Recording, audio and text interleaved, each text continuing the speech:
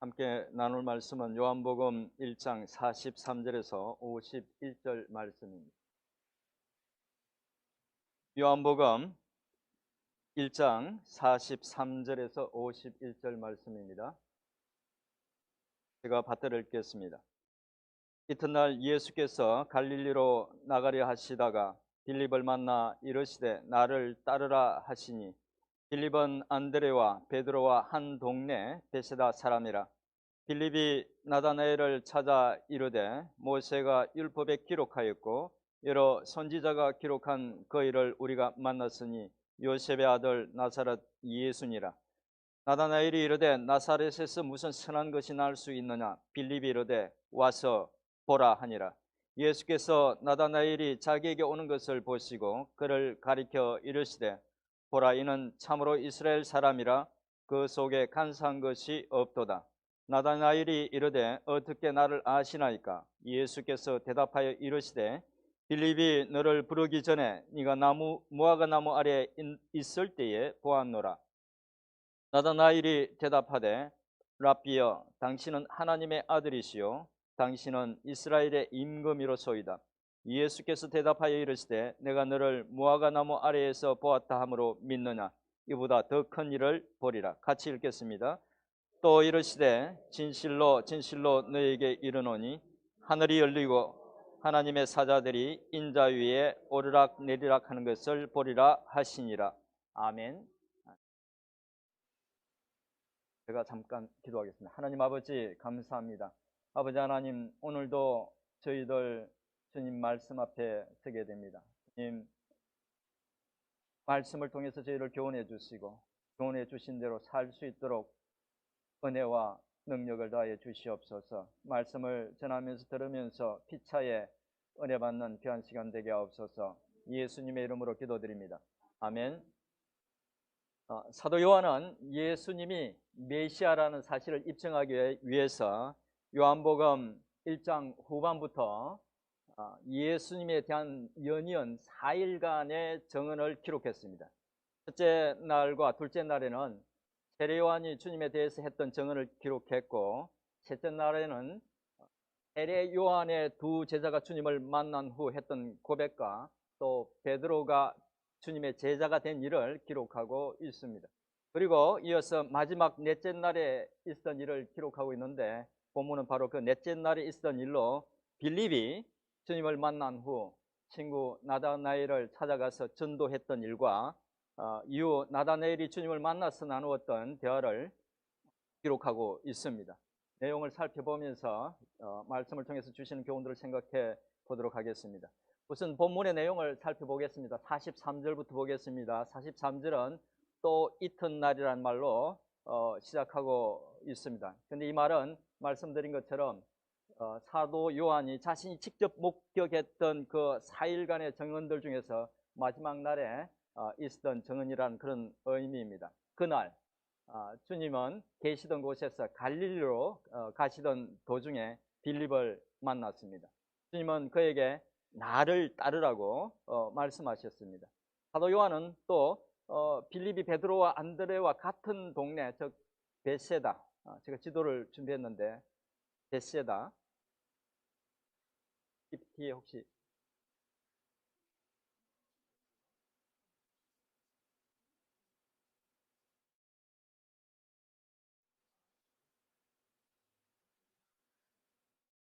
예. 저기 보면 이제 지도가 보이십니까? 네, 어렴풋이 좀 보이시던데 제가 지명을 따로 이렇게 화살표를 해서 만들어 놨는데, 갈릴리 호수 제일 꼭대기에 베세다, 그 동네에 바로 물가에 있죠. 그래서 저기서 같이 이렇게 자랐던 그런 사람들이라는 겁니다. 저기 이제 보면 가나, 나사렛, 그리고 이렇게 빨갛게 동그라미 쳐놓은 부분이 갈릴리 지역입니다. 갈릴리, 저 지역 전체를 가리켜서 갈릴리 지역, 그리고 거기 있는 호수를 갈릴리 호수라고 합니다. 아무튼 이제 이그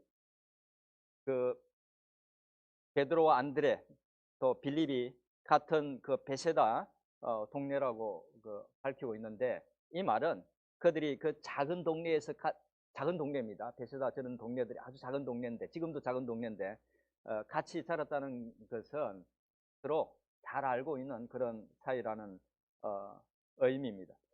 빌립은 아마 주님의 근데 이제 빌립은 주님이 나를 따르라는 그 말씀을 듣고 곧바로 이제 이렇게 주님을 따라 나섰던 것 같습니다. 그리고 다음 45절의 내용을 보면 빌립은 주님과 이렇게 대화하면서 곧 주님이 메시아라는 확신을 갖게 되었던 것 같습니다. 빌립은 주님을 만난 후 즉시 그 감격을 가지고 친구 나다나엘을 찾아가서 모세가 율법에 기록하였고 여러 선지자가 기록한 그 일을 만났고 그가 바로 요셉의 아들 나사렛 예수라고 증거합니다. 나사렛은 예수님께서 사역을 본격적으로 시작하시기 전까지 사셨던 곳이죠. 고향입니다.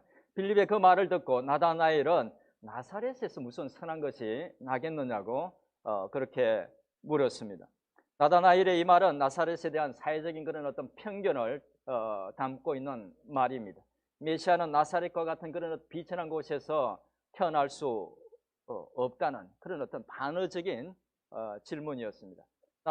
빌립은 나사렛에서 무슨 선한 것이 나겠느냐는 바로 그 나다나엘의 그 말을 듣고 다른 말을 더하지 않고 다른 설득하려거나 그러지 않고 그냥 와서 보라고 말합니다. 와 보라고. 짧지만 아주 이제 많이 생각해 볼 것들이 많은 그런 말씀입니다. 나중에 다시 좀 더 깊이 살펴보도록 하겠습니다. 나다나엘은 빌립의 말을 듣고 주님을 찾아갑니다. 주님은 그를 보고 이는 참으로 이스라엘의 사람이며 그 속에 간사한 것이 없다고 그에게 말합니다. 나다나엘에 대한 주님의 이 평가는 그는 진심으로 여호와를 사랑하고 거룩하게 살려고 노력하는 진정한 유대인이라는 그런 의미였습니다. 주님의 이 말씀을 듣고 나다나엘은 놀라서 어떻게 자기를 아느냐고 묻습니다. 그러자 주님은 그가 무화과 나무 아래에 앉아 있을 때에 이미 보았다고 말씀하시죠. 나다나엘은 주님의 이 말씀을 듣고 곧바로 주님께 당신은 하나님의 아들이시요 이스라엘의 임금이라고 고백합니다. 무화과 나무 아래에 앉아 있을 때에 이미 보았다는 주님의 말씀을 듣고 그 나다나엘이 보였던 반응은 다소 의외라는 생각이 들죠. 그 말을 어떤 의미로 이해했기에 그런 고백을 했는지 우리가 정확히 알 수는 없습니다만 그 말만 듣고 주님을 하나님의 아들이고 이스라엘의 왕으로 고백했다는 것이 사실은 그렇게 쉽게 납득되지는 않습니다. 그런데 우리가 보기에는 그렇지만 나다나엘 본인에게는 주님의 그 말씀이 특별한 의미였기 때문에 그렇게 고백했을 것입니다. 성경학자들은 나다나엘의 이런 반응은 무화과 나무 아래에 있다라는 어떤 표현과 관련이 있다고 봅니다. 무화과 나무 아래에 있다는 말은 성경을 깊이 묵상한다는 그런 당시에 관용적으로 쓰던 표현이기도 하고 또 평화와 풍요의 시대를 상징하는 그런 표현으로 사용되기도 했다고 합니다.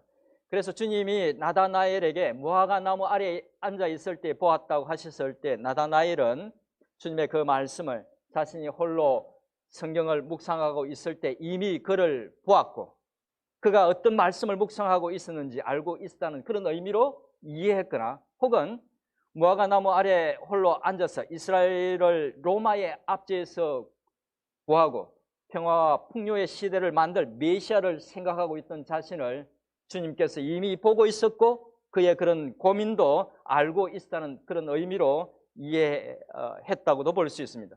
어느 편이든 나다나엘은 자신이 주님께 나오기 전에 이미 주님은 자신을 알고 있었고 심지어 자기 내면의 생각까지 알고 있다는 사실에 놀라서 주님을 하나님의 아들이요 이스라엘의 왕이라고 고백했던 것입니다. 주님은 나다나엘의 그 고백을 듣고 다음 50절과 51절에서 지금은 단지 주님께서 그의 성품과 또 그의 생각을 아는 것 때문에 놀라워하는데 이제 앞으로 그는 주님과 함께하면서 주님 위에 하늘이 열리고 하나님의 사자들이 인자 위에 오르락 내리락 하는 그런 놀라운 일을 보게 될 것이라고, 그런 놀라운 일도 보게 될 것이라고 말씀하십니다. 주님의 이 말씀은 창세기 28장에 기록하고 있는 야곱이 꿈에 본 그 사닥다리와 관련이 있습니다. 잠시 그 내용을 살펴보면 야곱은 형 에서의 장자권을 팥죽 한 그릇으로 속에서 빼앗고 또 아버지의 축복까지 어머니와 공모해서 빼앗죠. 그러자 형 에서는 그를 죽이려고 했습니다. 그것을 알고 리브가는 야곱을 외삼촌 라반의 집에 보내죠. 그렇게 야곱이 도망치듯이 브엘세바에서 하란으로 이렇게 향하여서 가던 중에 루스라는 곳에 이르렀을 때 해가 져서 돌을 하나 취하고 거기서 베개로 삼고 잠이 들었습니다. 그리고 거기서 신기한 한 가지 꿈을 꾸게 됩니다. 꿈에 그가 보니까 땅에서 하늘로 이렇게 사닥다리가 있고 그 꼭대기가 하늘까지 이렇게 닿아 있는데 하나님의 천사들이 그 사닥다리에서 오르락 내리락 하고 있었습니다. 그리고 그 사다리 꼭대기에서 하나님은 야곱에게 그를 지켜주셔서 그가 누워있던 바로 그 땅으로 돌아오게 하고 그 땅을 그의 자손들에게 주고 그의 자손들이 큰 민족을 이루게 하겠다고 약속하십니다. 하나님께서 야곱에게 그런 약속을 주셨던 이유는, 그런 꿈을 보여주셨던 이유는 홀로 광야에 있던 야곱에게 장차 그를 통해서 하실 하나님의 그 놀라운 일들을 말씀해 주심으로 그를 격려하고 또 위로하고자 하셨던 것입니다. 하나님의 약속을 듣고 꿈에서 깨어난 야곱은 그곳의 지명을 루스에서 하나님의 집이라는 뜻의 베델이라고 이렇게 고쳐 불렀습니다. 이스라엘 역사에 있어서 굉장히 중요한 곳이죠, 베델.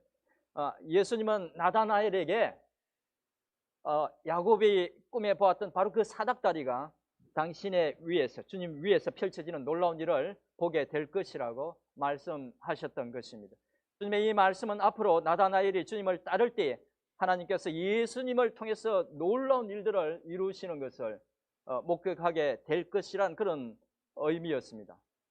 또 뿐만 아니라 이 말씀 속에는 굉장히 중요한 의미가 들어있는데, 이 말씀은 이제 하나님께서 하나님의 뜻을 이루어 가시는 주체로 주님을 그 주체로 삼고 주님이 계신 곳이면 어디든지 그곳이 바로 하나님과 소통할 수 있는 새로운 베델, 뉴 베델이 된다는 그런 의미였습니다.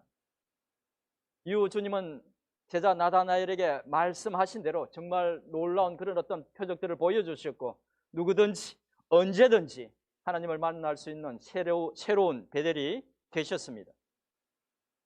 이상에서 제가 이제 오늘 본문의 의미와 또 관련된 내용들을 이렇게 간단하게 살펴봤는데, 본문의 내용은 예수님의 첫 제자들과 또 빌립과 나다나엘이 주님을 만나게 된 계기와 또 그때 나누었던 대화였습니다.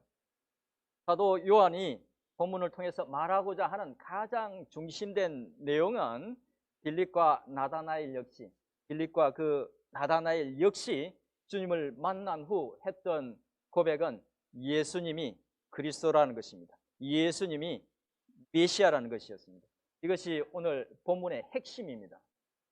이 주제에 대해서는 이미 앞서서 세 번의 강의에서 이미 다루었기 때문에 잠시 접어두고 오늘은 부차적이지만 중요한 다른 두 가지 내용에 대해서 좀 더 깊이 생각해 보도록 하겠습니다.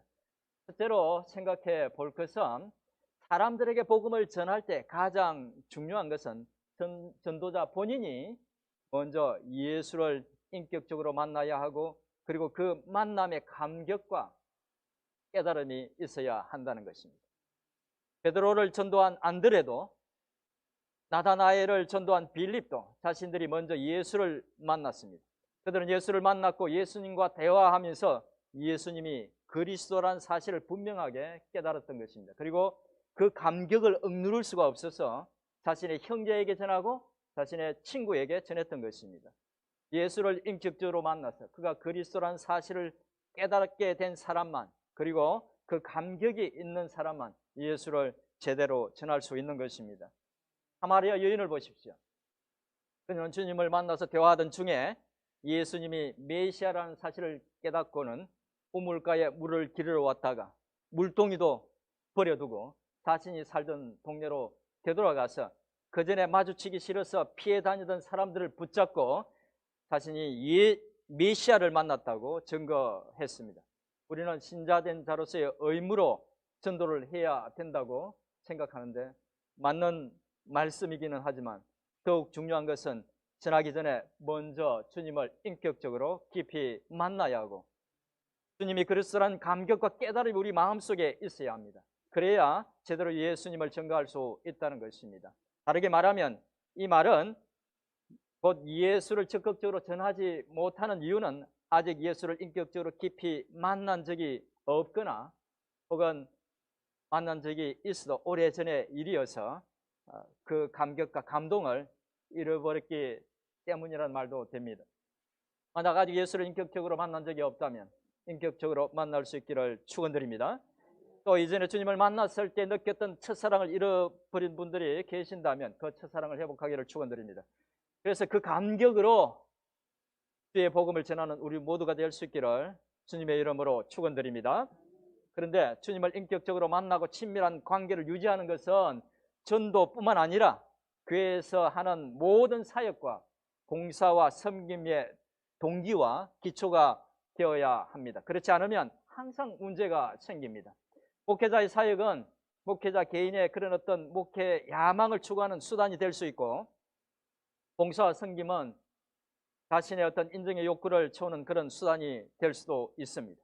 또 한편으로는 주님을 인격적으로 만난 적이 없거나 만났다 하더라도 친밀한 관계가 유지되지 않으면 전도나 섬김과 같은 교회 일에 열의가 없거나 그 열의가 지속되지 못합니다. 신앙생활이 별로 재미없어지기도 합니다. 그렇게 되는 것은 열정을 불러일으키던 그런 어떤 근원에 문제가 생겼기 때문이죠. 주님과의 관계에 문제가 있다는 것입니다. 그럴 때에는 열심히 하기 위해서 개인적으로 인간적으로 그렇게 노력할 것이 아니라 먼저 주님을 인격적으로 만나야 하고 또 주님과 친밀한 관계를 회복하고 유지하기 위해서 애를 써야 합니다. 사랑하는 성도 여러분, 아직 주님을 인격적으로 만난 적이 없다면 인격적으로 주님을 만나시기를, 그리고 이미 만난 분들은 말씀과 기도를 통해서 주님과의 친밀한 관계를 유지하면서 주님이 기뻐하시는 봉사와 섬김 그리고 전도의 사명을 감당할 수 있기를 축원드립니다. 두 번째로 생각해 볼 것은 빌립이 자신이 전한 말에 회의적이었던 그 나다나엘 있잖아요. 그죠? 회의적이었던 나다나엘에게 했던 말이면서 또 주님께서 세례 요한의 두 제자에게 했던 그 와보라는 말의 의미입니다. 와보라. 이 말의 의미를 두 가지 측면에서 살펴보겠습니다. 먼저 생각해 볼 것은 와보라는 이 말이 성도들이 불신자들에게 전도할 때 전도자로서 꼭 해야 할 말 중에 하나라는 것입니다. 오늘 본문을 보면 주님도 세례 요한의 제자들을 만나자마자 바로 그곳에서 자신이 메시아라는 사실을 증명하려고 혹은 설득하려고 하지 않았습니다. 빌립도 나다나엘에게 예수님이 메시아라고 간단하게 소개는 했지만 그 자리에서 그를 설득하려고 하지 않았습니다. 주님과 빌립은 단지 와보라고 말했습니다. 직접 와보면 했던 말이 사실이라는 것을 알게 되려는 것이죠. 우리가 전도할 때 이것을 꼭 기억해야 합니다. 간혹 전도를 하다 보면 그 사람을 전도해서 교회로 꼭 데려와야 한다는 생각 때문에 전도 대상자를 설득하려고 합니다. 자, 이 부분이 전도하는 사람이 가장 부담스러운 부분이죠. 그런데 그렇게 설득하려다 보면 종종 성경적인 지식이 부족해서 당하기도 하고 또 어떤 때는 신앙적인 논쟁을 하기도 합니다. 많이 경험해 봐서 아시겠지만 신앙적인 논쟁에서 이긴다고 해서 불신자가 승복하고 내가 이제부터 신앙생활을 하겠다 그렇게 한 적이 없습니다. 유사 이래로 그런 적이 없습니다. 그러니까 불신자를 신앙을 받아들이도록 하기 위해서 그렇게 설득하려거나 또 신앙에 대한 어떤 그런 논쟁을 벌일 필요가 없다는 것입니다. 안드레처럼 또 빌리처럼 다른 사람들을 설득하려 하지 마시고 간단하게 복음을 설명하고 덧붙여서 주님을 만나서 누리게 된 것을 간증하면 됩니다. 그리고 마지막으로 와보라고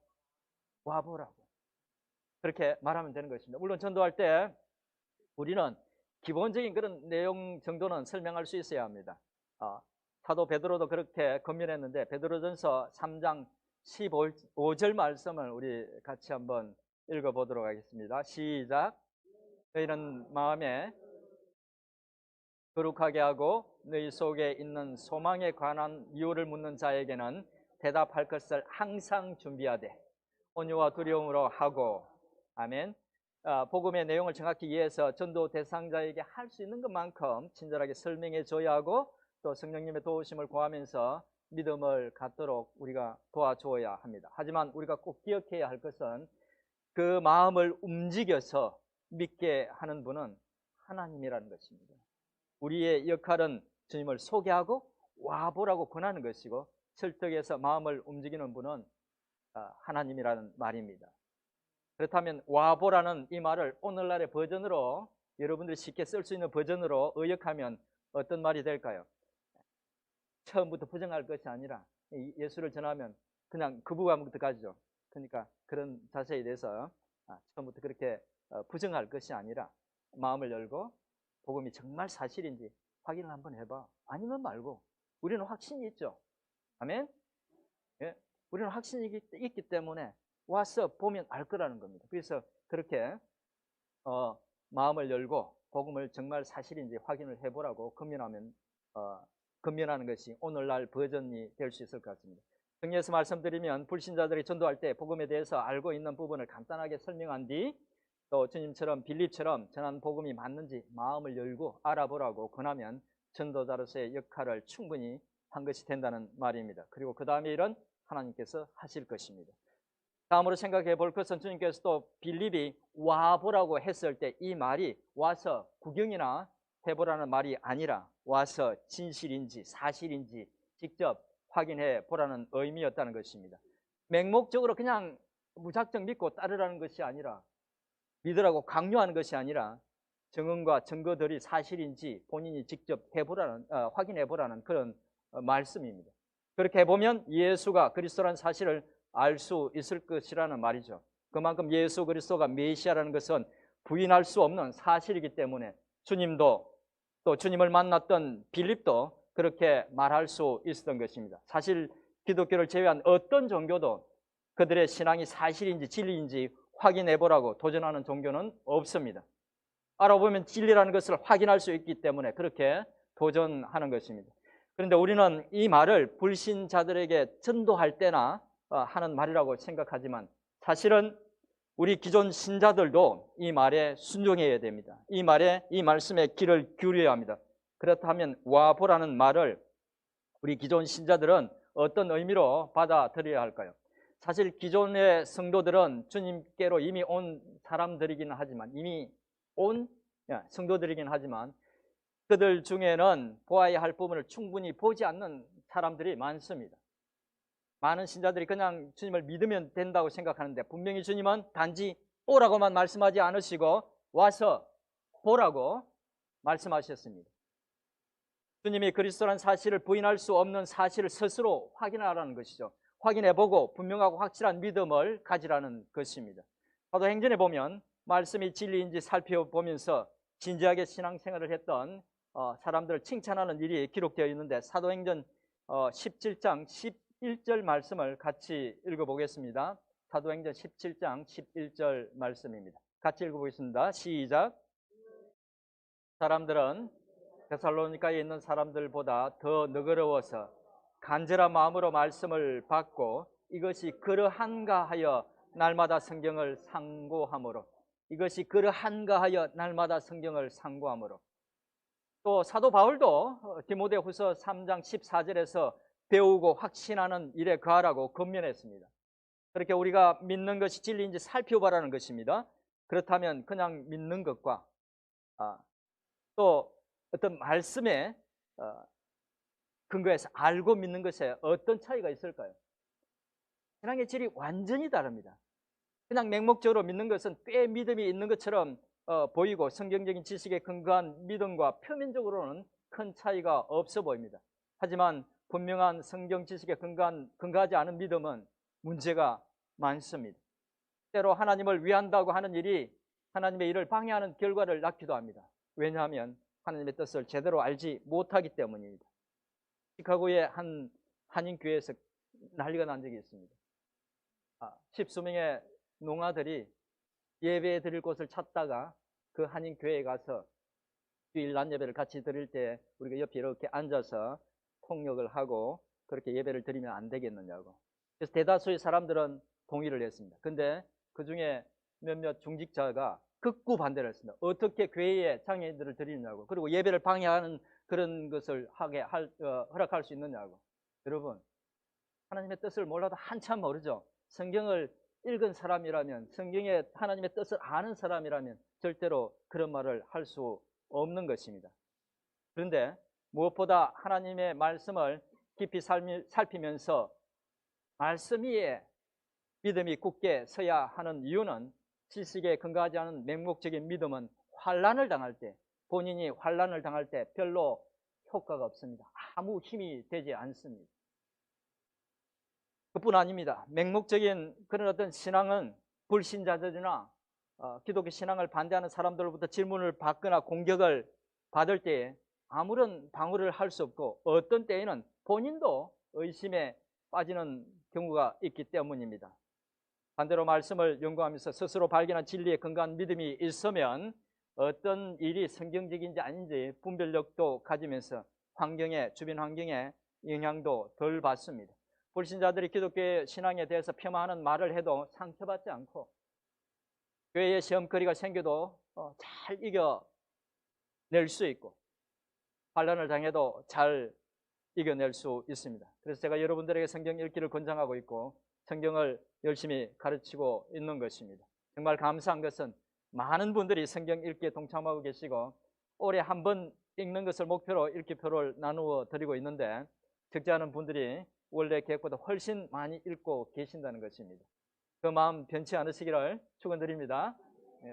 이제 말씀을 정리하겠습니다. 오늘은 사도 요한이 직접 보고 기록한, 이게 굉장히 중요합니다. 사도 요한이 본인 직접 본 겁니다. 다른 사람 통해서 들은 것이 아니라 본인 직접 보고 기록한 예수님의 첫 제자들이었던 빌립의 전도로 주님을 만난 나다나엘이 주님을 만났을 때 했던 그 대화와 또 고백을 살펴보면서 주시는 교훈들을 살펴봤습니다. 빌립은 주님을 만나자마자 그가 그리스도라는 사실을 깨닫고 그 감격스러운 사실을 가장 친한 친구 나다나엘에게 전했습니다. 제자들이 만났던 그 예수님을 여러분들도 인격적으로 만날 수 있기를, 또 만났는데 그 첫사랑을 잃어버린 분들은 그 첫사랑을 회복하기를 축원드립니다. 그리고 그 감격으로 자신 있게 와보라고 말하면서 예수는 그리스도라 증거하며 살아가는, 또 섬김과 봉사 일을 감당하는 우리 모두가 될 수 있기를 주님의 이름으로 축원드립니다. 그런 말씀을 생각하면서 이 시간 한 1, 2분 정도 통성으로 기도하겠습니다. 하나님 아버지 감사합니다. 아버지 하나님, 오늘도 저희들 말씀으로 교훈해 주셔서 감사합니다. 주님, 정말 우리가 믿는 진리가, 우리가 믿는 신앙이, 우리가 믿는 주님 참 진리요 능력의 하나님이십니다.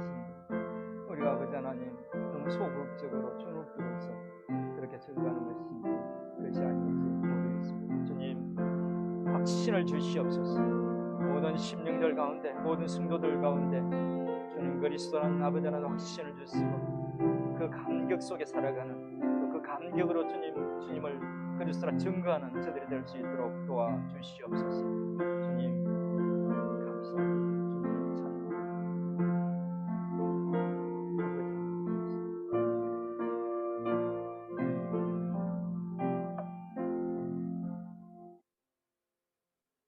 하나님 아버지, 오늘도 말씀으로 저희를 교훈해 주셔서 감사합니다.